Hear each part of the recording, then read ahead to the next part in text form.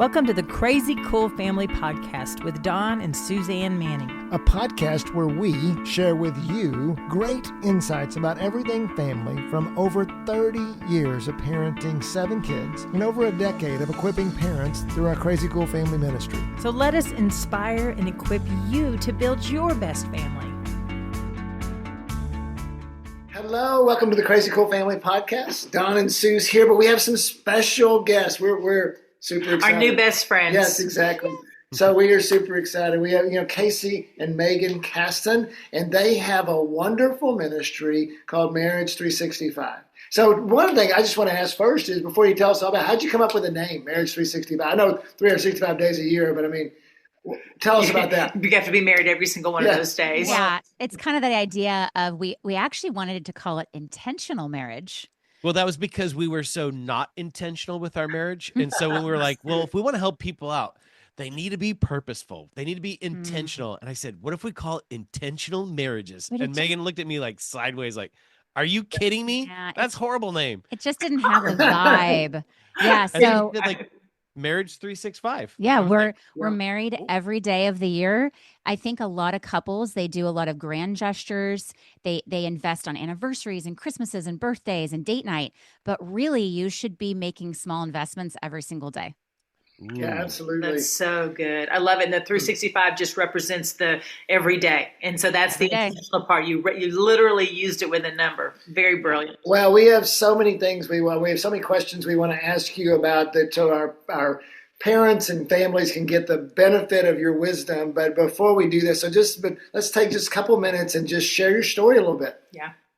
Okay, so we met at college. I was part of the freshman welcoming committee, and Meygan was an incoming freshman. I looked at her and I was like, ooh, she needs a private tour. And we met, fell in love at first sight. I mean, we were married within 2 years. And it was so crazy because dating was so much fun that we thought, man, if this is what doing life together is like, we should do this forever. But literally on our wedding night, things started to fall apart. And it was a 3-year sprint to the bottom. Okay, hang on a second. I read about this a little bit. You slept on the couch, right? On your wedding night? Your wedding night, right? On our wedding night. Well, wait, and I just want to clarify. I didn't ask him to do that. No, I was throwing a temper tantrum. Here's the thing. I waited until I was married to have sex. And I thought that was God honoring. And I thought, I kind of grew up in that purity culture. This is going to be if I do this, God's going to bless me with a great marriage. But you also went in expecting sex 2 to 3 times a day. Yes. So I had wildly unrealistic expectations. So about 2 a.m., I roll Meygan over. I said, hey, let's do this again. And she rejected me. And that was the message I heard. After your wedding, right? Where you'd been a bride all day long and hosted and just clarifying for us women out there that exactly. You. No, my expectations were sky high. And so that just started one of many fights that we had where the missed expectations of what marriage is supposed to be like, they weren't happening. And of course, I had this expectation like we were dating. And marriage was like, doing life and bills and routines. And I wasn't expecting that. We're also both very stubborn. We're very competitive. We come from, so both of our sets of our parents have been married 12 times. Yeah. So we grew up in blended family, divorce, affairs. Every statistic is against us. We live in Orange County, California, where the divorce rate is 72%. It's one of the highest in the nation. We got married young. We had debt. We struggle with infertility. We have a child with special needs. Like we have all the checklist of the marriage of doom, that's why we've actually been called the least likely to succeed in marriage. And I just want to clarify for both of you. I am a heavy sleeper. So when he rolled me over at 2 a.m. in the morning, I don't even remember him wanting sex. Okay. He knows now, don't wake up Meygan unless there's a fire or someone's throwing up, like not going to happen. But I just remember we both grew to hating each other. And I mean, I say hatred. There was no love. And you just start asking yourself, did I make the biggest mistake? Like, God, why, what was I missing? Why did you allow this? And so our story turns when I was the one that wanted a divorce. And my best friend said, hey, that's a really big decision. I think you should go talk to a professional about that. And I'm really glad she gave me that advice. And I went to see a therapist on my own because he wouldn't go. He told me I was all the problem. And I thought he was all the problem. No, actually, the prayer was, Jesus, would you just change Meygan's heart? And then we would have a great marriage. True. And funny enough, I was praying the same thing about Casey. And anyway, she just said, hey, listen, you want to make sure that you've done everything and anything you can to save your marriage so you don't live with regret. So she looked directly at me and said, have you done everything? And I knew the answer was no. I was so prideful and stubborn. And then she said this, and this is what changed everything. If you want to make a better marriage, it starts by making a better you. Mm-hmm. And she said, Casey's not here, but you are. I can show you how to forgive. I can show you how to be confident, how to communicate, how to set clear boundaries so you can teach your husband how to treat you. And so for 13 months, I worked on myself, and I was committed to that no matter what was going to happen to our marriage, because I want you guys to know I was a very unhealthy person. Again, I was going in thinking he was the issue.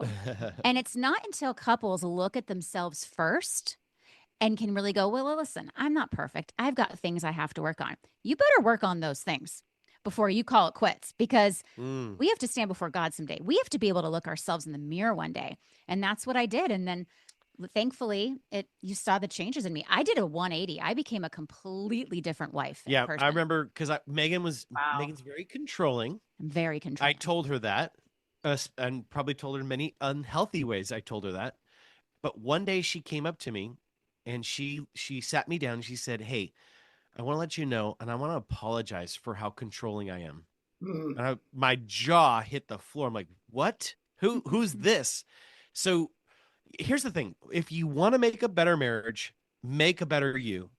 It's a message of empowerment. And if you're listening to this podcast and you're like, I'm stuck, my spouse won't participate in my marriage, we're going nowhere. That's a very disempowering story that you're telling yourself, and it's actually not true. That's good.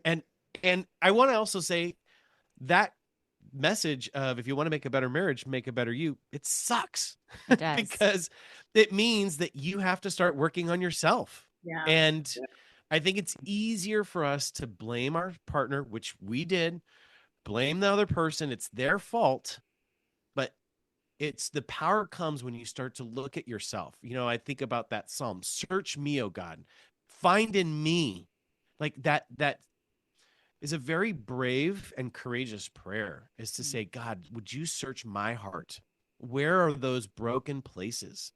And that's a message, and that's prayer that God is absolutely going to answer.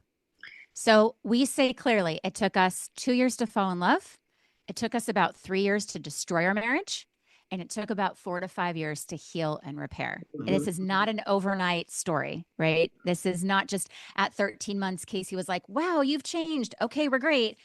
There was a lot of hurt and ruptures that we caused to the marriage that we needed to heal from, but it is possible. And through our story, of course, God redeemed it and was like, hey, I want to use your guys' story to help other people. And we started out in a church, and God said, I don't want you in a church. I want you to be out of the walls of the church. And that was scary. And because there's a lot of, we all know, we're in this business, there's a lot of really bad advice for families and marriages out there. Yeah. Very bad advice. And you at this point, especially with AI now and so much technology, people see a TikTok video and they make a decision based off of a TikTok video, Right. a 15-second TikTok video. I'm like, you guys, these are your kids. This is your marriage. These are the most important people in your life. So that's kind of the story behind Marriage 365. And we just lead through vulnerability, and never thought, Casey and I swore we would never tell the wedding night story to anybody. Right? That was locked in the vault. That was locked in the vault. And then I'm like, babe, I feel like God's calling us to share. And he's like, are you serious? I'm like, listen, if it's going to help people, there's no way we're the only ones who fought on their wedding night. Yeah, absolutely. Yeah. That's so good. We say that about our marriage. Our first year of marriage was by far our worst year, and it got better after that, thank goodness. But I love that. I love that. And we say that too. In marriage, you have to be your healthiest, best self. What's it going to take to be your healthiest, best self? Because you can only, love the Lord God with all your heart, soul, and mind, and love your neighbor as you love yourself. Well, they're the self. You got to love yourself so you can love your neighbor, which is your spouse and your children, as you love the Lord. And so I love that. We, Crazy Cool Family, we agree with all of that. Well, and even within as we look at family and our parents that are out there, your example is more important than your instruction. Who you are is what you present to the marriage. What about, so in the midst of all this, you guys are having 2 children, Yep. and one of them has special needs. And so our parents are going to ask, our families, the marriages are going to ask, in the midst of all that, how did you prioritize your marriage? You're going through healing as you are having children and becoming parents. And, I'm watching my daughters right now we have 10 grandkids that are, the oldest is about to turn 7, down to about 2 or 3 weeks. And so watching 4 different girls and their families going through what you guys were just going through as you're healing, how'd you do it? How did you prioritize your marriage? How did you make it happen? Yeah. So I want to first say that the early years of our marriage, we just kind of were winging it. Mm-hmm. Hope was our strategy, very not intentional. And what we've created at Marriage 365 and what we've in our experience of coaching couples for the past 15 years is the most successful, thriving, highest satisfaction marriages have tools, have healthy habits that create these systems, right, of connection and healing and even fun. So it's interesting because it's like the structure houses all of that, the love, the fun, like I feel close and safe. But you have to have a system in place. And so what we started to do what? I just said he loves systems, so take his language. Well, keep going because I'm going to ask you a question about that in just a second. Well, so we run a business, and and I know Dawn, you have businesses that you run as well. Could you imagine not having KPIs, having an operating system in your business? No budget, no plan, Right. no goals. Where you have a staff meeting, you're like, hey, we're just kind of winging it here. You guys go have a great week. We'll see you next week. Right. Like that to me is really, really, that's flying by the seat of your pants, and that's not going to create success. So what we've created is like a marriage operating system, right? You have a business operating system. This is an operating system of intentionally installing healthy habits into your marriage. And the number one habit that we've used that has saved our bacon is the weekly marriage business meeting. Yeah. And it's a once a week meeting. It takes about 30 minutes to an hour where we sit down. Usually it's on Sundays. And we go through the upcoming week so that there is alignment with schedules, who's doing what kids going where, with who, when, meal planning, budgeting. Is there any money that we need to be prepared for? I just had to get new tires last week. Like we had to talk about that. It was expensive. Yeah. But this is also when we sit down and we make sure we prioritize connection time. Mm-hmm. When are Casey and Meygan going to get to be Casey and Meygan and not just mom and dad? Are we going to take a walk with the dog? Are we going to play a game of rummy? We're big board game and card game players. Our kids have grown up knowing that mom and dad play games almost every single night. Yep. Wow. And that's important for us. And it's not necessarily, we're not having deep conversations, but we're having fun and we're connecting as a couple. And we also, and then get to my favorite box. Yes, we also have on the weekly marriage business meeting tool, a box for sexy time. Because we are huge advocates. That's 2 to 3 times a day, right? Yeah, but not at 2 a.m. Exactly. Not at 2 a.m., but 2 or 3 times a day. Yeah, You guys we need a nooner. We need a nooner. Yeah. Kids are in school. Yeah, the house is empty. Yeah, we're huge advocates for scheduling sex. Yeah, and scheduling sex is, if your calendar is a good reflection, perfect reflection of your values, our marriage is that important where we are scheduling in time for us. That's good. For sex, because sex is a priority for us. We don't want to just leave it to chance. And again, for some, people would probably say like, well, I want the romance, like the sweep me off my feet kind of romance. Okay. You can have that, but if you don't have a structure to it, I've just rarely met any couple that says, oh yeah, that happens. Spontaneous sex happens to us all the time. Well, the rule is if you're having spontaneous sex and both you and your spouse are happy and satisfied, then you don't need to schedule sex. Dude. But we know, guess what statistic? Do you guys want to guess? What does statistics show that it's pretty bad? 90% of couples are not aligned on the both quality and quantity of satisfaction with sex. 90%. So that means only 10% of your listeners have a spouse that is both satisfied, everyone's having fun and content. Well, 90% of you guys might need to consider scheduling sex. You can't knock it till you try it. So anyways, this weekly marriage business meeting is by far, it's what eliminated half of our conflict. Oh, it's what easily cut our conflict in half. Yeah, it aligned us. We had clear expectations. And again, that's how we prioritized everything. Even like Casey's really good at like taking our daughter out on dates and things like that. We're really big on one-on-one time with our kids. We're going to be honest, we do way better one-on-one with kids than all of us together. Everybody does, because you can do that intentional time, those conversations, and it's not chaotic, and you can have that investment in the person that's sitting in front of you. Yeah, us too. So how long do the meetings last? About 30 minutes to an hour. I would say if you've got 5, 6, or 7 kids, like you guys, it's probably going to be a bit longer. If you're a blended family, it's going to be longer. But if you have a pretty simple life overall, it should be about 30 minutes. Yeah, it would seem too that once you start having them more consistently, they probably get shorter. Yeah, well, and you get a rhythm, right? You have to, like, we have the tool, we give you the guidance, the worksheet, we teach you how to do it, but you have to make it your own. But then what happens is like men love this because it's not emotional, really. It's just the logistics of life. It's very transactional communication.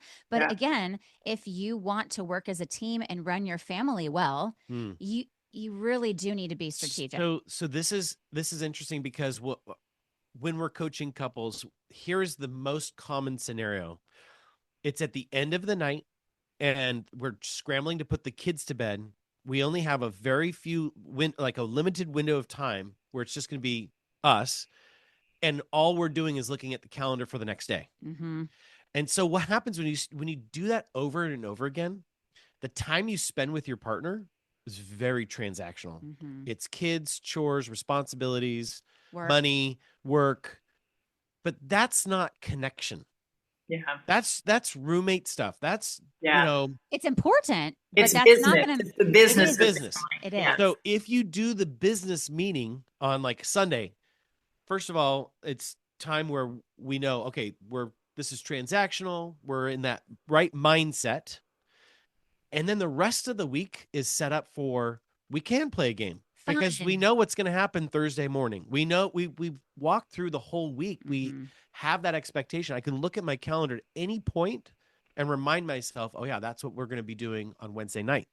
So it sets our week up to have all this time, free time for us. Well, and I would think that you mentioned, Meygan, that the guys love this, but I would also think that the wives, especially stay-at-home moms, would love this because there's a time I'm going to get my husband's attention. Yes. He's busy, but let's say it is a stay-at-home mom and a husband going to the office every day.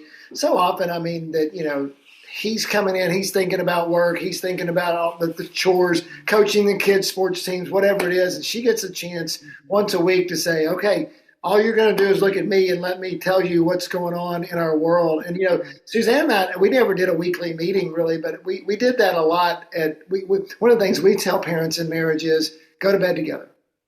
And because we really do believe that that's important, and it was something we made a priority in our marriage. And that's where we would have that time. It wasn't weekly, but, sometime many nights were like that, I feel like. Would you agree with that? I would agree. Yeah.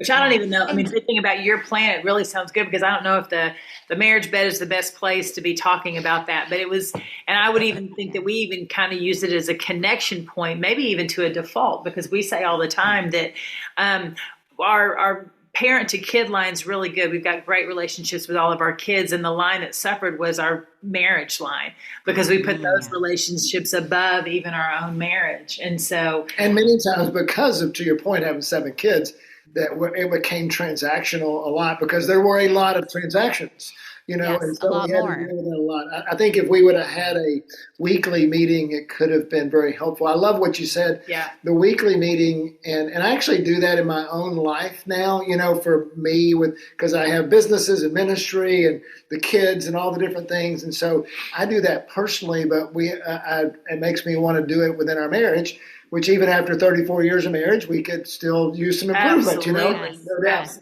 Dawn, I want to add to what you said. This was really important, because I know a lot of women are listening and they have a very heavy mental load that they're carrying. Whether you're a stay-at-home mom, part-time working mom, or full-time working mom, It just comes with the job. I think as women, we hold all those details in, right? It does provide an opportunity to feel like the mental load is shared a lot more. We're in this together. These are our children. This is our home. This is our budget. And I think that that's what men need to know, is that we're longing for men to know what's going on in the world and in the calendar. And even if you could just know what's going on and share a little bit of it, that would be so, so, so helpful for us. And I think that I've even found that as the female, when I share that mental load with him, it's not so much of a load, even if he doesn't do anything with it or about it. But the fact that he knows about it, it's almost like the load is divided a little bit. Yes. And so I think I love that idea of just giving space to share that load. Yeah, and I was using the stay-at-home mom as a contrast, because those are kind of that's like the extremes. You have the wife that's home all day and the husband that's at the job. But you're right, Meygan, a part-time working mom or a working mom most of the time still has the burden of the home on their plate. Yeah. And this is often an area of resentment that starts to build, because it's not fair. It doesn't feel fair. Not fair. Right. But again, if you're not having a weekly marriage business meeting, you are setting yourself up for that anger and resentment, because you're not talking about it. You're not coming together in the right mental space. And guess what? 9:30 at night, after a full day of being with the kids or working all day, is not the time to start making decisions about the rest of the week. Yeah. And I want to add this too. Ladies, you have to let your husband help you. Because I think that most men genuinely want to help and relieve some of those burdens off of their wife's plate. But you have to speak up in love and be willing to accept your husband's help, even if it doesn't look exactly the same way that you would do it. This is something that I've had to learn. And I will tell you, Casey doesn't load the dishwasher the way I do. Casey doesn't parent the kids the way I do. But you know what? I can either complain and have resentment and be like, he's not helping me, or I can accept the help. Which would shut me down. Yeah, that would shut you down. Or I can accept the help and accept that it's okay that he's different than I am. But I think women are really bad at this. I'm sure you guys see that too. Okay, but if there's any husbands listening, I just want to tell you right now, your wife longs for you to initiate. Amen. This is probably one of the key chips that I want to install into every husband I coach, is initiation is leadership in action. This is every guy's always asking me how do I lead my family? I go, the number one way to do that is to initiate the weekly marriage business meeting, initiate connection time, a game, a walk. They're really good at initiating sex. Yeah, they're good at that. So they know what initiation looks like. Exactly. But now we need you to initiate other things. Even just asking your wife, hey, babe, tell me about your day. That's initiating, because what that communicates is, I care about you. I care about you, and you're a priority no matter how. I desire you. Yep. When men stop initiating, your actions speak louder than your words, and your actions are saying, I don't care about you. I don't desire you. I don't care about the marriage. And again, that's not true. Well, but that's what they're communicating unintentionally, right? Going back to intentional, right? And it also, So back to good. your point So about true. the woman usually having responsibility for the family, it also says I don't care about the family either. That my job is more important, or we're distracted with they're always answering the emails or doing things like that. When you initiate back, it just says, hey, this is a time that, and there's even along with it, even during the day, as we talk about how, throughout the day you have conflict, communication, things that happen. Sometimes Suzanne, I work from home right now, and she'll come into me and she'll say, hey, I've got this issue. And I'll say, hey, I can't do that right now, but I would love, can I come back to you in 30 minutes and let's talk about it? You don't have to, it doesn't have to be, you're talking about systems. I'd like you to really just maybe expand a little bit on, the systems we put in our marriage, not just a weekly meeting, but what about like with conflict and communication throughout the day? How do we build systems in there that help us to be more unified and better connected? Yeah, and I'm going to use systems and tools as interchangeable, right? And we really wholeheartedly believe that couples don't need more therapy. They just need better tools. That's good. And honestly, these tools are, we ripped straight out of the book of Proverbs, right? Proverbs is, I really believe, the most practical. It's wisdom. It's God's wisdom. It's understanding. Yeah, it's knowledge. And it's so, there's a lot of shame around, like, we got to get help for our marriage, and people don't want to talk about that. We know this well because of the business we're in, And you were that guy. and I was that guy, totally. But you know what? Tools you can almost be a little agnostic about. Like, hey, it's a tool. I've never seen a carpenter, go sit down in the corner, crying and weeping and shaming himself, like, man, there's something wrong with me. I need this hammer. I don't know what's wrong with me. No, it's a tool that gets the job done. So when we think about these systems, these tools, especially when it comes to conflict, I actually want to talk about, you might want to talk about the code word. I want to talk about apologies, because we are broken people and we're living together and we hurt each other all the time. Every single day we have these little, they can be micro ruptures where I said I was going to do something and I didn't. This still hurts my partner, or I snap at Megan, or I'm late to a meeting, or you're on your phone at family dinner time. Yeah. Right. Or right. so all of these little ruptures, what I've noticed in coaching is very, very few couples ever apologize in a way that brings healing and repair to the relationship. And it's probably the most underrepresented, but most powerful tool that we can use in our relationships. And now I'm also thinking about not just marriage, but even in our relationships to our kids. If you can model and apologize to your spouse in front of your kids and apologize to your kids directly, it shows so much strength. It's humility. We're teaching our kids ownership of our mistakes. And anybody that ever questions that, we do our retreats and we're like, you guys, what would it be like if your parents came to you and apologized? Yeah. And everyone kind of has this Starts to like cry and is like, I can't even imagine. or they just like, they glaze off into the, distant, like, I couldn't even imagine or fathom my parent ever apologizing to me. But how sad is that? Right. How sad is that?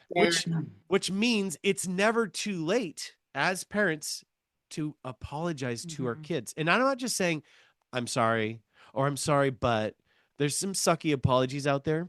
We teach something called a 4-step apology in our new book, The Marriage Habit. But and we walk tell us through about the that. 4 steps. Yeah. Yes, but there is a system to apologizing, and I think that if more people did that, I agree. I think families in general would be healthier and thriving. I just met a couple. They walked away from their marriage. I met the husband over lunch, and we talked about apologies. He said, I was married for 30 years.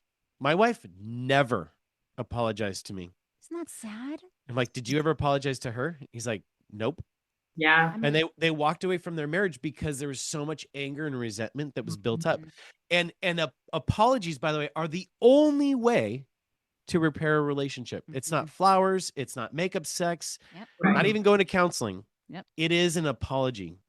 And I'd probably spend more time in my coaching practice refereeing apologies. Well, and if you can just flip our thinking about, I really had to flip my thinking about it. I didn't understand forgiveness. I didn't understand when I was young in my marriage and family life.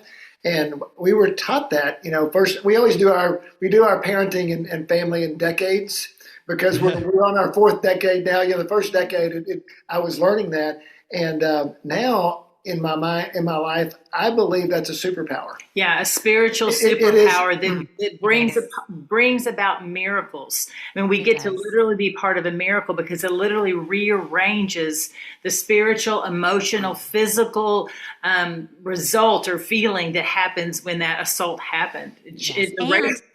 And step 4 of the 4-step apology is actually saying and asking, will you forgive me? And we talk about that. Absolutely. They go hand in hand. And vulnerable. Yes. I mean, that's where you get knit together on a whole new level, because you have to be so vulnerable to be able to apologize. Yeah. Because if we can flip it in people's minds to, it's something that is weak to something that is strong, powerful, and powerful, then it becomes so. That's how my thinking had to play. And it took, like you say, didn't happen one day. I just woke up and said, "Wow, I'm gonna be a forgiver." It's just over time, though, I practiced it, and then it became. Well, pride is mighty, and pride does not allow forgiveness. It does not allow that. So apology.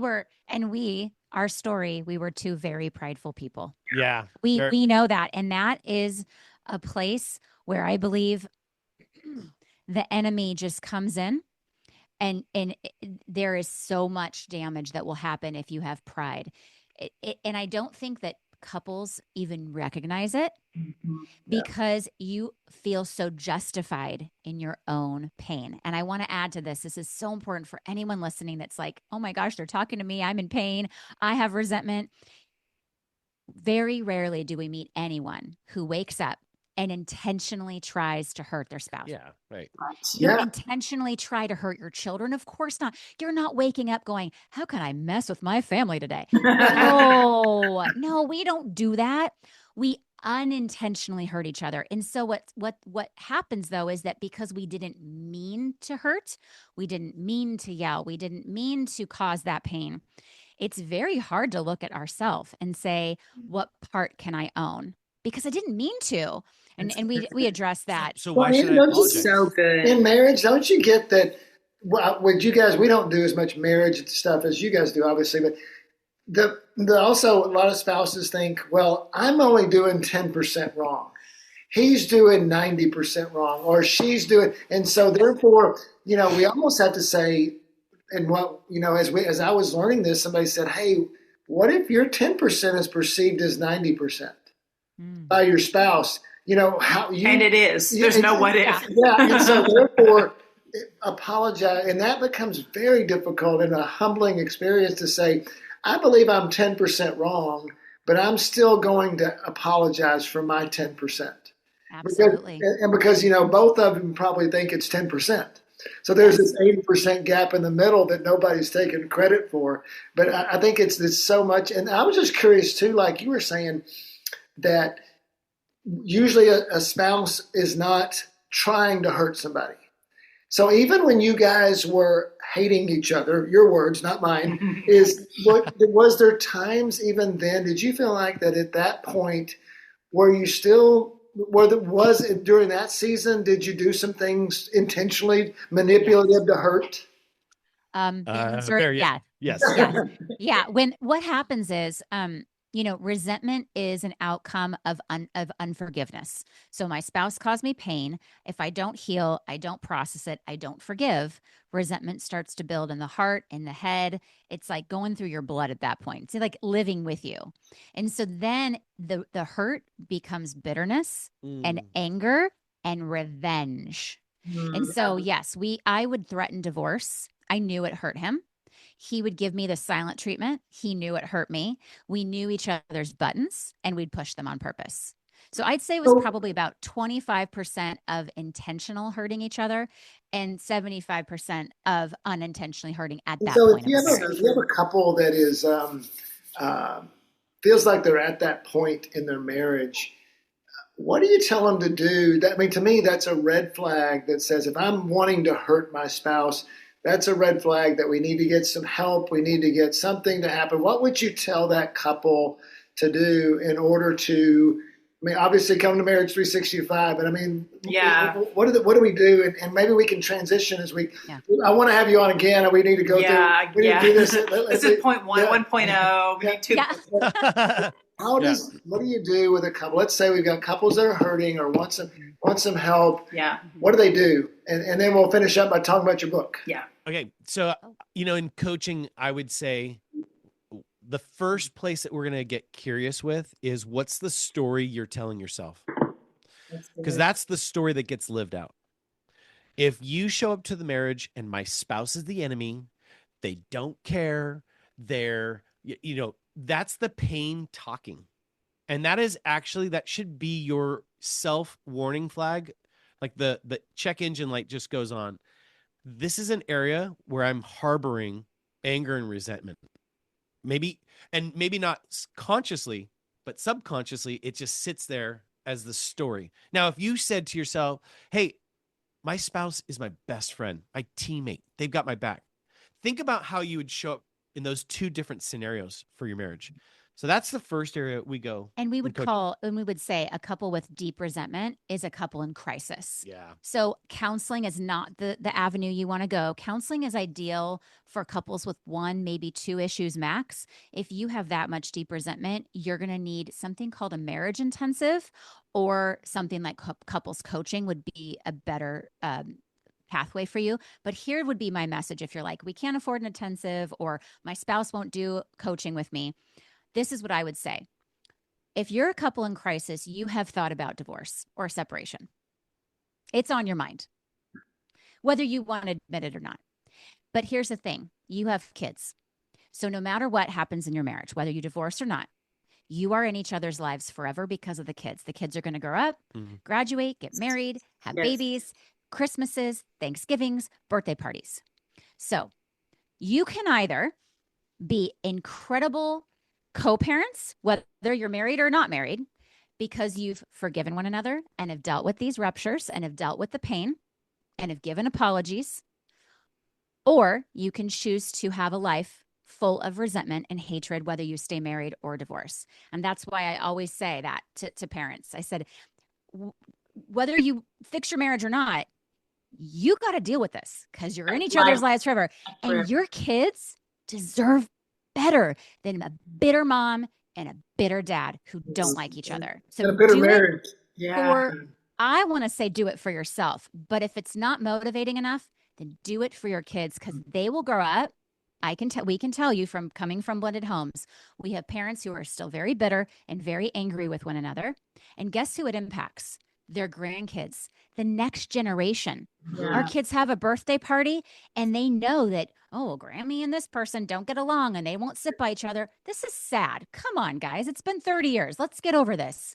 That's going to happen to your own family and your own generational curse. I just want to say that one of the things that has actually been really encouraging for us as we've kind of pushed Marriage 365 beyond the walls of the church is like, we can't throw Christian platitudes, which we do this really well in the church. Hey, just put Jesus at the center of your marriage. Hey, just pray about this. So we can't say that. So then people are like, so then how do I forgive?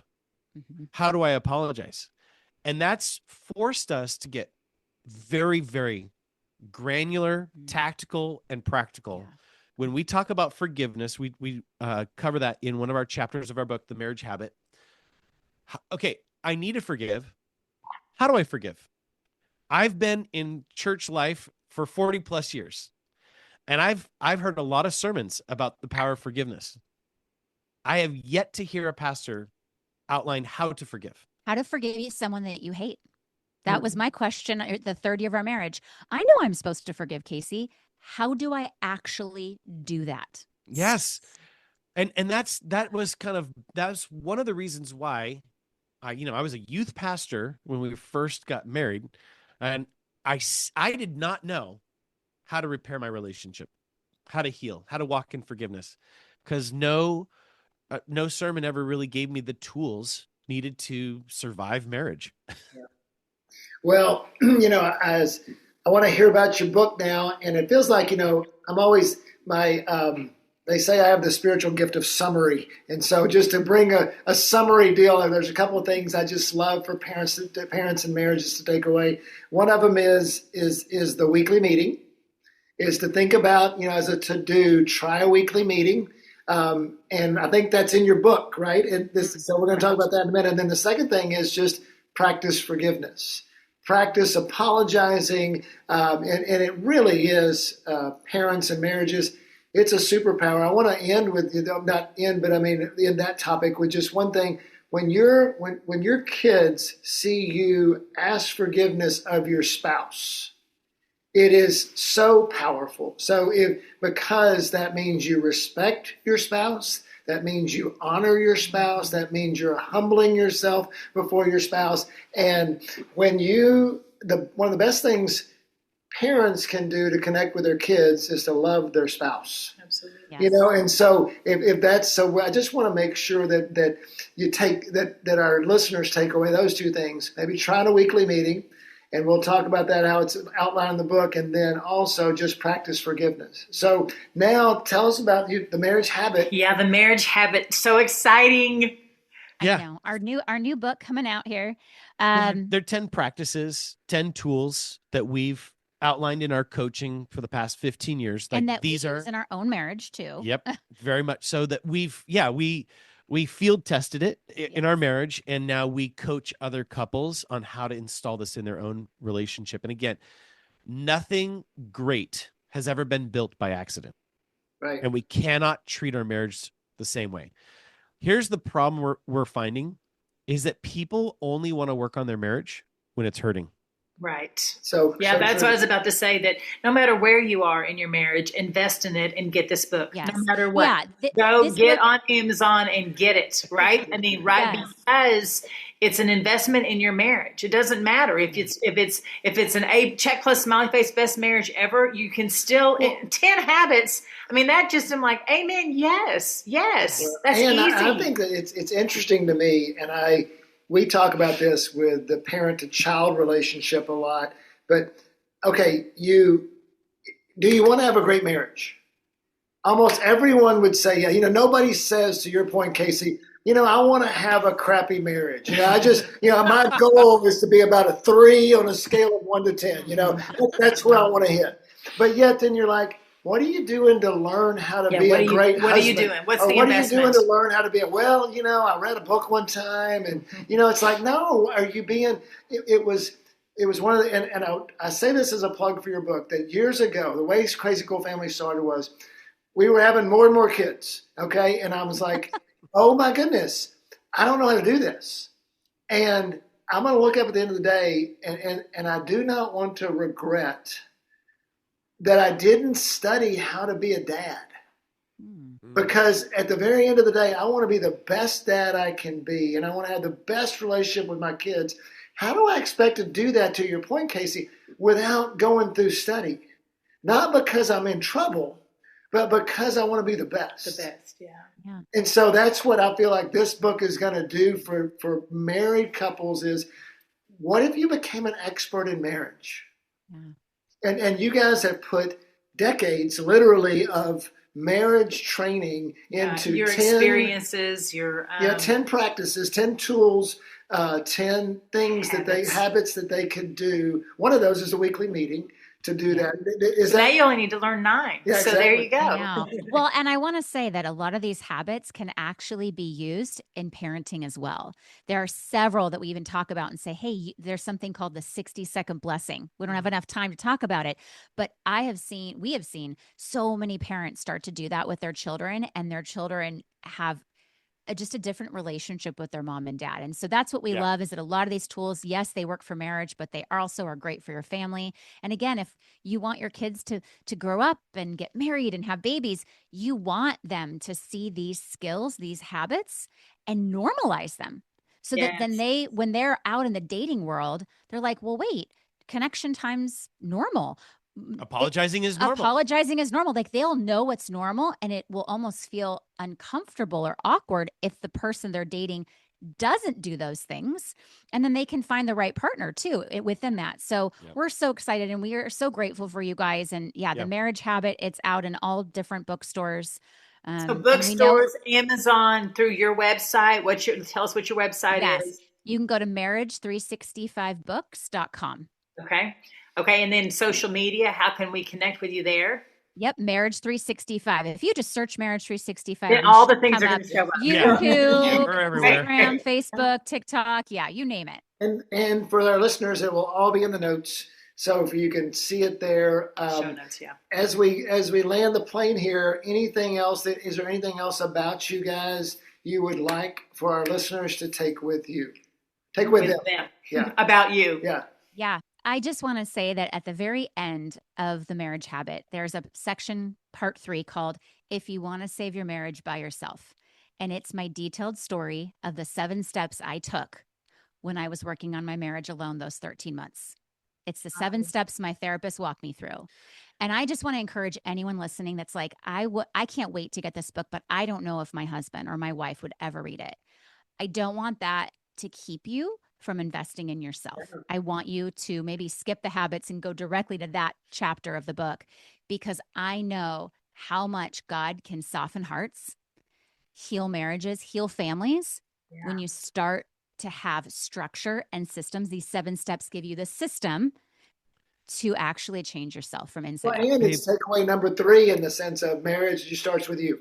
Marriage healing starts with you. It doesn't start with your spouse. But babe, that was really beautiful. But I think you missed the question. They wanted to know about us. Oh. And I just want to brag. We needed to hear that. We need to hear that, but I just want to brag because my wife loves musicals. Oh. And so whenever we do the playlist of musicals, there she go. She starts dancing show tunes and singing along. And music's a lot of fun in our family. We use music for a lot of things. One thing. Okay. Well, then I'm going to brag about you then, since I kind of feel obligated. One thing that I love about Casey, and I will say has been the thing that kept us married even when we hated each other, is that he brings a lot of fun. Yeah, like my marriage is never boring. Yeah, I will say, that's why I was a youth pastor. Yes, exactly. He's a very fun dad. He's a very fun person. He loves people. But I do believe that fun, we have one of the habits is actually on how to incorporate more fun. Something you don't see a lot in marriage books. No, never. I've never. No, I know. And we have a whole chapter about it. It's the F word. It's the F word, but it's the F word that no one, it's a 3-letter F word that no one talks about. But I think that I love Babe that he brings fun into every relationship, every experience. And we need more fun. Yes, we do. Women carrying the mental load with all the stuff and the burdens and the thought. Yes, we need fun, and men carry it so well. Yes. Well, thank you guys for being on. I know you got to go, and we got to wrap this up. Really, as I end this, man, I just want to thank you guys for you heard a calling of your obedience, and you've persevered. You've done some very creative things, and now marriages all over the country are benefiting from your obedience and your tenacity and your perseverance and fun. But just thank you so much for your commitment to marriage and commitment to taking it to it's not easy what you do, and so thank you for doing that. Well, thank you so much. It was such an honor, and you better invite us back. We want to talk more about marriage and family. Absolutely. Absolutely. Well, as always, parents, thank you guys for being on. As parents, go be crazy, crazycoolfamily.com.